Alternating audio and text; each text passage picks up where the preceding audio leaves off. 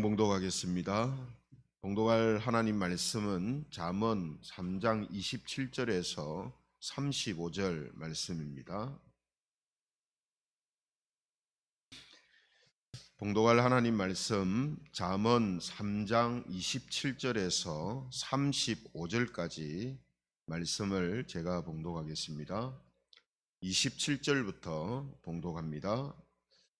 내 손이 선을 베풀 힘이 있거든 마땅히 받을 자에게 베풀기를 아끼지 말며 내게 있거든 이웃에게 이르기를 갔다가 다시 오라 내일 주겠노라 하지 말며 내 이웃이 내 곁에서 평안히 살거든 그를 해하려고 꾀하지 말며 사람이 내게 악을 행하지 아니하였거든 까닭 없이 더불어 다투지 말며 포악한 자를 부러워하지 말며 그의 어떤 행위도 따르지 말라. 대저 패역한 자는 여호와께서 미워하시나 정직한 자에게는 그의 교통하심이 있으며 악인의 집에는 여호와의 저주가 있거니와 의인의 집에는 복이 있느니라. 진실로 그는 거만한 자를 비웃으시며 겸손한 자에게 은혜를 베푸시나니. 같이 읽겠습니다. 지혜로운 자는 영광을 기업으로 받거니와 미련한 자의 영달함은 수치가 되느니라. 아멘.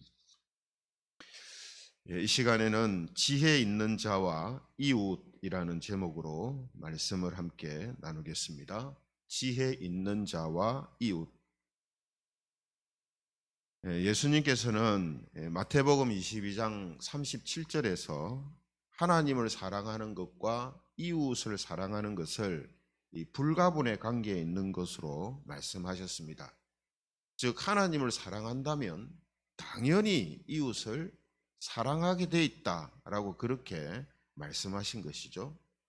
오늘 제 본문에도 보면요, 지혜를 소유한 자는 이웃을 사랑하게 되어 있다 하는 말씀을 우리에게 하고 있습니다. 겉으로 보면 우리에게 이웃을 사랑하라 권하는 것 같이 보이지만 사실은 하나님을 사랑하고 지혜를 소유한 사람들은 이웃을 사랑하게 되어 있기 때문에 우리를 그러한 삶으로 이끌어가는 것이죠. 지혜를 소유한 자들은 이웃을 사랑해야 하고 사랑하게 되어 있다라는 사실을 우리에게 가르쳐 주고 있는 것입니다. 그래서 성도 여러분, 이 지혜를 이제 잠언 3장이 지혜를 소유한 자가 받을 복에 대해서 앞부분에서 막 이야기를 했거든요. 그런데 갑자기 오늘 본문 27절에서 이웃을 구제하는 것에 대해서 말씀을 하고 있습니다. 그런데 사실 이것은 갑작스러운 말씀이 아니라 지혜를 소유함으로 인해서 하나님이 주시는 복을 받는 자들은 당연히 이웃을 사랑하고 이웃을 구제하는 그런 삶을 살아야 되기 때문에 또 살기 때문에 이런 말씀을 하는 거예요. 그러니까 갑작스럽게 나오는 말이 아닙니다. 그러니까 이웃 사랑도 사실은 하나님께서 지혜를 소유한 자에게 주시는 큰 복 중에 하나입니다. 우리가 다른 사람들을 돕고 이웃을 사랑하고 하는 이것이요, 엄청난 복입니다. 큰 복이에요. 평생 살아도요, 이웃을 사랑하고 구제하지 않고 사는 사람들도 비일비재합니다. 많습니다. 그런 가운데서 이웃을 사랑하고 자신의 것을 나누어 주는 구제를 하는 삶을 산다는 것은 이건 엄청난 복을 받은 것이죠. 또 그렇게 나눌 수 있는 게 있다는 거, 그죠? 이웃에게 베풀 수 있다는 거, 이게 뭡니까? 큰 복이죠. 자기 혼자 살기도 힘들어하는 그런 사람들이 많은데 그 사람이 비교했을 때 얼마나 많이 가졌느냐 가지지 않았느냐를 떠나서 다른 사람들에게 베풀 수 있다는 것은 그 사람이 진짜 부자입니다. 많이 가졌다고 부자가 아니라 다른 사람한테 베풀고 나누어 줄 수 있는 사람이 부자예요. 그런 의미에서 그리스도인들은 다 부자입니다. 왜냐? 내가 가지고 있는 것이 비교적 다른 사람보다 작다 할지라도 내가 베풀 수 있는 만큼을 베풀면서 사니까, 그죠? 부자인 거죠. 그래서 오늘 잠언 성경은 27절에 이렇게 말씀하는 겁니다. 27절에 뭐라고 합니까? 우리 같이 한번 읽어볼까요? 27절 시작. 내 손이 선을 베풀 힘이 있거든 마땅히 받을 자에게 베풀기를 아끼지 말며. 예. 앞서 이제 14절에서요 어떤 말씀을 하셨냐면 지혜를 얻는 것이 은을 얻는 것보다 낫고 그 이익이 정금보다 낫다, 이런 말씀을 하셨어요. 이 말은 무슨 뜻입니까? 지혜를 소유한 자들, 하나님의 지혜를 소유한 자들은 세상의 정금을 가진 사람보다 더 값진 것을 가지고 있는 사람들이다, 이 말이거든요. 그러니 당연히 뭡니까? 당연히 베풀 수 있죠. 세상 사람들이 가지고 있지 않은, 세상 사람들이 갖고 있는 금은보다 훨씬 더 귀하고 값진 것을 가지고 있는 사람들이 그리스도인들이란 말이에요. 그러므로 이웃에게 당연히 베풀 수 있는 거죠. 그죠? 그러므로 세상에서 가장 값지고 귀한 것을 소유한 사람은 금은보화에 매여서 그것이 전부인 것처럼 살지 않습니다. 그래서 이런 구제가 가능한 거예요. 지혜를 소유하지 않은 사람들은요, 금은보화가 가장 값진 거예요. 그래서 그것을 나누어 주지를 못하는 거예요. 하지만 지혜를 소유한 사람들은 그런 것을 얼마든지 나눌 수 있고 베풀 수 있습니다. 왜냐? 금은 보화보다 더 큰, 더 값진 것을 가지고 있는 사람들이기 때문에 그래요. 그래서 자기 손에 베풀 것이 있으면 필요한 자에게 아낌없이 내어주는 것입니다. 이런 제 맥락에서 우리가 율법을 대표하는 십계명을 보면 9계명, 10계명이 다 이웃에 대한 이야기거든요. 그죠? 9계명에 뭐라고 했습니까? 내 이웃에 대하여 거짓 증거하지 마라. 이웃에게 피해를 주지 말라는 거죠. 또 10계명도 내 이웃의 집을 탐내지 마라. 이웃의 것을 빼앗고 이웃의 삶을 파괴하지 말라는 거죠. 그죠? 그래서 이 말씀을 오늘 28절부터 30절까지 하는 겁니다. 이웃에게 어떻게 해야 되는가? 그죠? 29절에 보면은 뭐라고 했습니까? 내 이웃이 내 곁에서 평안히 살거든 그를 해하려고 깨하지 말며 사람이 내게 악을 행하지 아니하였거든 까닭 없이 더불어 다투지 말며. 여러분, 우리가 이제 다른 나라를 침공해서 다른 나라에 피해를 주고 다른 나라의 것을 빼앗고 하는 이런 이제 모습을 우리가 보잖아요. 지금 러시아와 우크라이나 전쟁도 그치지 않고 있는데, 러시아도 예전에는 이 기독교를 믿었던 국가입니다. 지금도 뭐 그런 이야기를 하니까 러시아 정교가 있으니까. 그런데 어떻게 합니까? 자기들의 이익과 관련되니까 그냥 사람 죽이고 침략하고 하는 거 정당하게 하잖아요.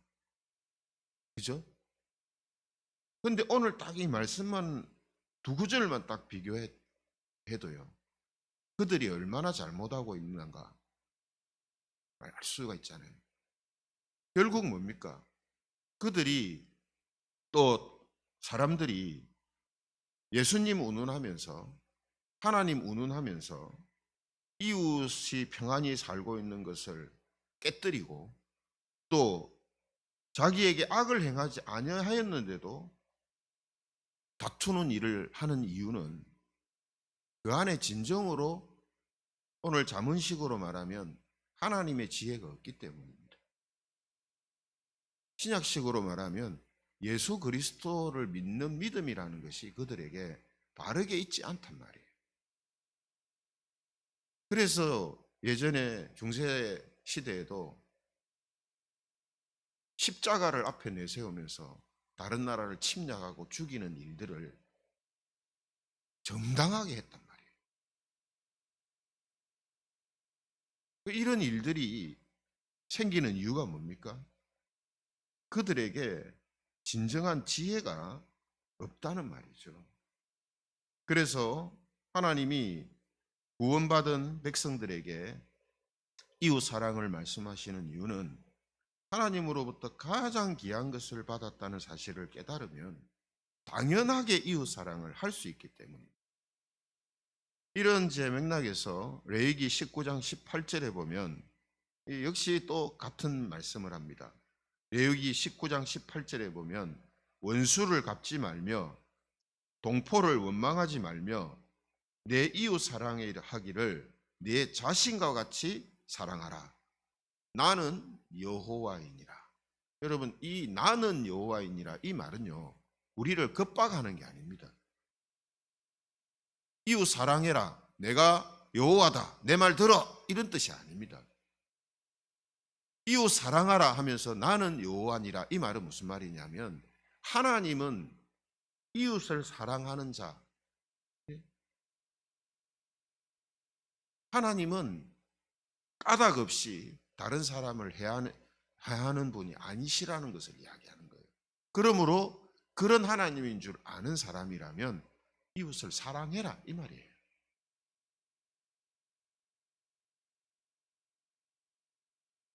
성도 여러분, 앞서 말씀처럼 지혜를 소유한 사람들은요, 이웃을 사랑합니다.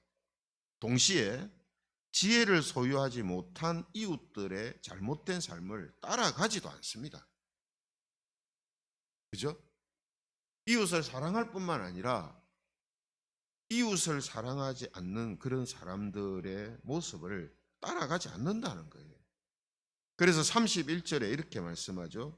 우리 31절 같이 한번 읽어보겠습니다. 31절입니다. 시작. 포악한 자를 부러워하지 말며 그의 어떤 행위도 따르지 말라. 포악한 자를 부러워하지 말고, 포악한 자가 어떤 자입니까?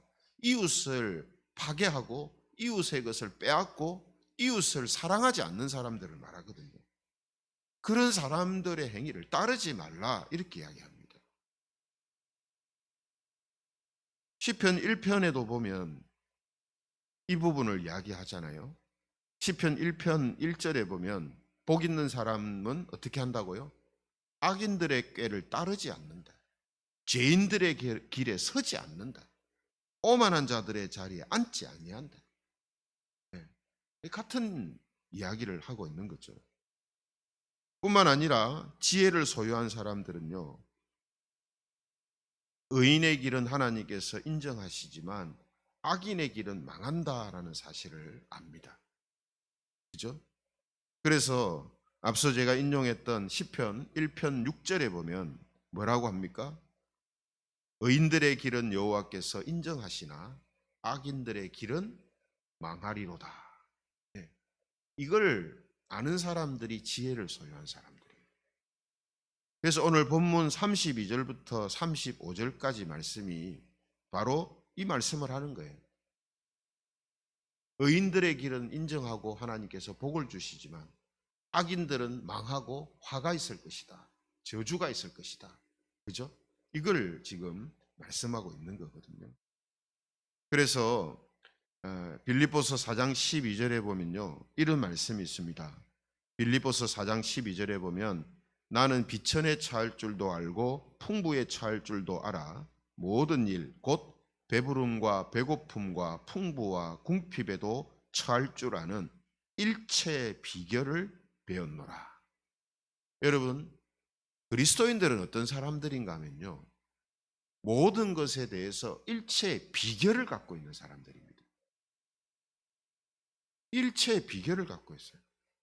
잠언의 방식으로 말하면요, 하나님의 지혜를 소유한 자는 이웃을 대하는 일체의 비결을 알게 됩니다. 신약식으로 말하면요, 예수 그리스도와 진리를 소유한 자는 이웃을 사랑하는 일체의 비결을 가지고 살게 됩니다. 이게 무슨 말이냐면,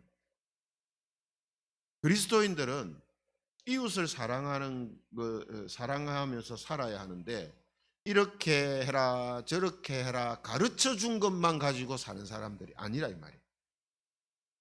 여러분, 성경이 우리에게 이웃을 사랑할 때 이렇게 해라 저렇게 해라 하는 것은요, 그것만 하라는 뜻이 아닙니다. 물꼬를 틔워주는 거예요. 그게 전부라는 뜻이 아닙니다. 이웃 사랑이라는 것은 이렇게 하는 거다 하는 것을 우리에게 알도록 물꼬를 딱 틔워주는 거예요. 그러면 우리는 그것을 통해서 어떻게 하는 겁니까? 그것만 하는 게 아니라 성경이 가르쳐주지 않은 다른 모습으로 이웃을 사랑하는 삶으로 나아가는 거예요. 이웃을 사랑하는 일체의 비결을 갖고 있기 때문에. 그 일체의 비결이 뭡니까?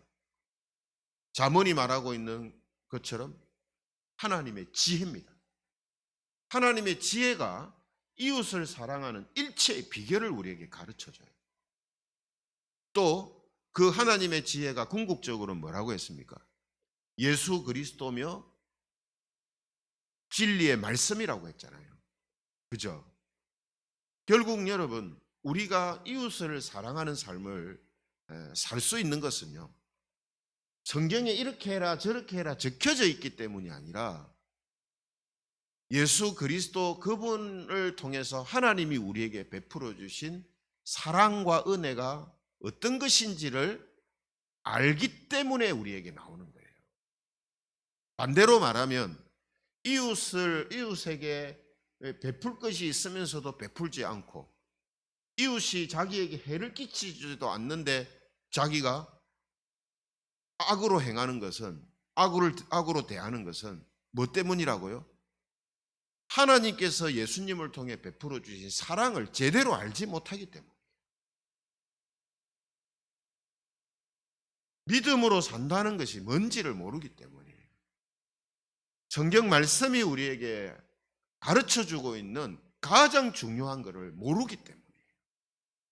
그러므로 그런 사람들은 겉으로 볼 때 아무리 예수님을 믿는 사람처럼 보이고 교회를 왔다 갔다 해도 그 안에 예수님이 없는 겁니다. 하나님의 지혜가 없는 거예요. 말씀이 없는 거예요. 그죠? 그러므로 오늘 우리가 우선적으로 알아야 되고 믿어야 하는 게 뭐냐면, 우리가 소유한 예수 그리스도와 진리가 오늘 잠언이 이야기하고 있는 것처럼 정말로 금은 보화보다 귀하게 생각하느냐? 예? 여러분 어떻습니까? 여러분들이 믿고 있는 예수님, 여러분들이 삶의 지침으로 삼고 있는 성경 말씀, 이것이 여러분들이 가지고 있는 금은 보화보다 더 값지고 귀하다고 생각하십니까? 내 재산 다 잃어도 예수님만 있으면, 하나님 말씀만 있으면 나는 괜찮습니다, 이런 마음과 믿음을 확고하게 갖고 있습니까? 이걸 우리 자신한테 물어야 돼요. 그리고 그 물음에 예, 그렇습니다, 이렇게 답할 수 있어야 됩니다. 그죠? 그런 사람에게 뭡니까? 이웃 사랑에 대한 일체의 비결이 주어지고 그 비결을 갖고 있는 사람이 되는 거예요. 그죠? 그러므로 우리가 오늘 하나님의 지혜를 얼마나 우리가 제대로 알고 있는가, 또 예수 그리스도를 믿는 그 믿음이 얼마나 우리에게 확실하게 있는가 하는 그만큼 이웃 사랑은 나타난다라고 말할 수 있습니다. 맞잖아요. 예수님이 우리에게 얼마나 귀하고 값진 분이신지를 아는 만큼 이웃 사랑을 향한 모습들이 나타납니다. 똑같아 이렇게 말할 수는 없지만 그런 연관성을 갖고 있다 이 말이에요. 그러므로 우리가 성경이 이웃을 사랑해야 할 때 이렇게 해야 저렇게 해야 하는 것도 우리가 따라야 되겠지만, 근원적으로 우리가 점검하고 늘 우리가 붙들어야 될 게 뭐냐면, 내가 예수님을 이 세상에 있는 모든 것들, 내가 소유하는 것들보다 정말 가장 귀하고 값지고 내 생명보다 귀하게 여기는가, 이걸 우리가 물어야 되고, 그런 믿음을 우리가 고백하며 살 수 있어야 합니다. 그럴 때 뭡니까? 그럴 때 성경이 가르쳐주고 있는 이웃 사랑, 그것만 하면서 사는 게 아니고, 성경이 가르쳐주지 않은 이웃 사랑에 대한 모습도 풍성하게 나타나게 되는 거예요. 그렇죠? 그래서 오늘 잠언이 이야기하고 있는 것처럼 하나님의 지혜를 소유한 사람, 예수 그리스도를 믿고 있는 사람들은 자연스럽게 이웃을 사랑하게 됩니다. 또한 잘못된 이웃들의 삶을 따라가지 않습니다. 왜냐? 의인의 길은 하나님께서 인정하시지만 악인의 길은 망한다라는 지혜를 갖고 있기 때문에. 그렇죠? 그래서 오늘 우리가 나눈 말씀처럼 오늘 하루도 우리가 믿고 따르는